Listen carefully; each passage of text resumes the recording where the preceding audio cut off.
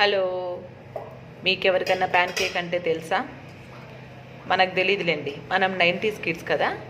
మా పిల్ల నేను దోశ అంటే వచ్చి అమ్మ ప్యాన్ కేక్ చేయి అంట. ప్యాన్ కేక్ అంటే ఏంది అంటే ఒక గంట పిండి తీసుకొని అదో ఇట్లా పోస్తే అది ప్యాన్ కేక్ అంట.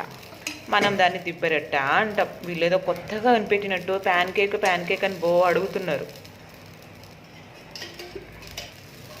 మనం చిన్నప్పుడు ఈ ప్యాన్ కేక్లే ఫేమస్, ఈ దిబ్బ రొట్టెలే ఫేమస్. బాగా మందంగా దోశ పోసుకొని ఉల్లిగడ్డ కారం చేసుకొని రోట్లో దంచుకొని ఆ కారాన్ని తింటుంటే ఎంత బాగుండేదో. ఇప్పుడు ఈ క్రంచీ దోశలు వచ్చినాయి కానీ కడుపు మాత్రం నిండడంలే. ఏమంటారు, నిజమా కాదా చెప్పండి? వచ్చేసింది, అయిపోయింది.